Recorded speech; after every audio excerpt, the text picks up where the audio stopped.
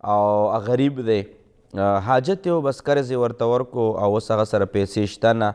او رجب میاشت د زکات میاشت زړه یې وایي چې دا پیسې زما قرض هم ورته ورخلاص شي او زکات هم وله ورکم زکات به هم ادا شي د دې دپاره علما کرامو چې کوم وجوهات لیکلي هغې کې دوه وجې چې دا جایز دي او دریم نمبر وجه دا جایز نه ده چې کومه جایز نه ده هغه داسې مثال طور پر ما یو کس لا ورکړي دي پیسې 100,000 روپۍ په قرض کې او هغه کس سره فی الحال شته نه او ورته ووایم چې فی الحال په ما باندې زه ورته ووایم چې په ما باندې خو رجب میاشت راله ما باندې 50,000 زکات فرض کیږي دا 100,000 مه چې کم تاله قرض درکړی دی دا په زکات کې مه درته معاف کړو دا طریقې باندې نه قرض معاف کیږي او نه په دې طریقې باندې زکات ادا کیږي لہذا زکات ادا نشو زکات ادا نشو د ناجایز طریقه ده یعنی دا طریقه د زکات ادایګۍ درست نه ده دویم نمبر طریقه دا ده چې هغه جایز ده او هغه دا مثال ما زکات ما قرض دی 100,000 روپۍ مثال طور پروډیوسر صاحب ته مو ورکړي پروډیوسر صاحب ته حافظ عنایت صاحب ته مو ورکړي حافظ صاحب ته ما ویل چې ما تعالی چې کومې 100,000 روپۍ درکړي په قرض کې اوس په ما باندې زکات فرض دی زه غواړم چې تا باندې زکات کیږي نو دا زکات تعالی درکم او بس بیا هغه قرض درته معاف شي هغې طریقه یو دا ده چې کوم جایز صورت دی زه به حافظ صاحب له 100,000 روپۍ زکات ورکم څو زر روپۍ 100,000 زکات ما حافظ صاحب له ورکو پروډیوسر صاحب له اب ما نه زکات قبول کی چې ما نه قبول کو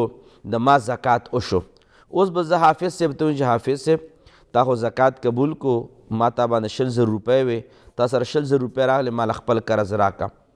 نو حافظ صاحب ماله دا 100,000 روپۍ واپس راکړي قرض به زکات به قبول کی قرض پیسې به ماله واپس راکړي زما به د هغه نه قرض را خلاص شي او د ما به زکات هم وشي او علما لیکي کچرې په دې وخت کې ټول مټول کول چې زکات پیسې راکې او نه در کولې لاس باندې ولته او که په زور یې ته واخله هم خپل قرض په زور ترې ناغستی شي دا طریقه جایز طریقه ده او بله چې کومه دریمه طریقه ده د جواز والا دویمه او په مجموعي توګه باندې دریمه هغه دا ده حافظ صاحب ته وویم چې ما تا باندې 100,000 روپۍ زکات قرض دی لہذا زه تاله زکات در کومه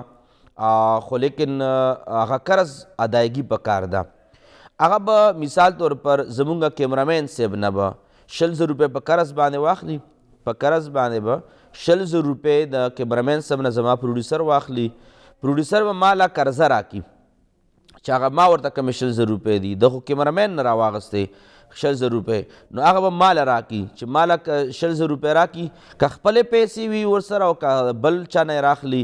دا 100,000 روپۍ به ما له په قرض کې راکړي زه به دا پیسې وله واپس حافظ صاحب له 100,000 روپۍ زکات کې ورکم چې ما له یې راکړې خپلې پیسې یا د کیمرامین پیسې قرض یې ادا شو چې زه یې وله ورکم دا زکات دی نو که خپلې یې راکړې وې به 100,000 ورسره پاتې شوې که زما زکات شو د قرض خلاص شو او که د کیمرامین صاحب نه یې راغستې وې نو ماله به چې زکات قرض راکړي زه به له زکات یې ورکم او دی به واپس کیمرامین له ورکړي نو زما به زکات ادا شي دته به قرض میلاو شي قرض نه بې غاړه ذاته شي چې دا کمې ورته فلحال میلاو شي پروډیوسر صاحب د کیمرامین نه راغستي هغې ته به ورکړي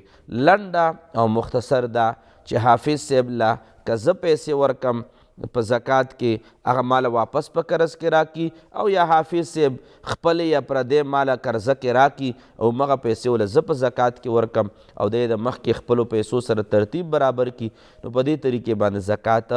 هم وشو د هغه غاړه هم آزاده شوه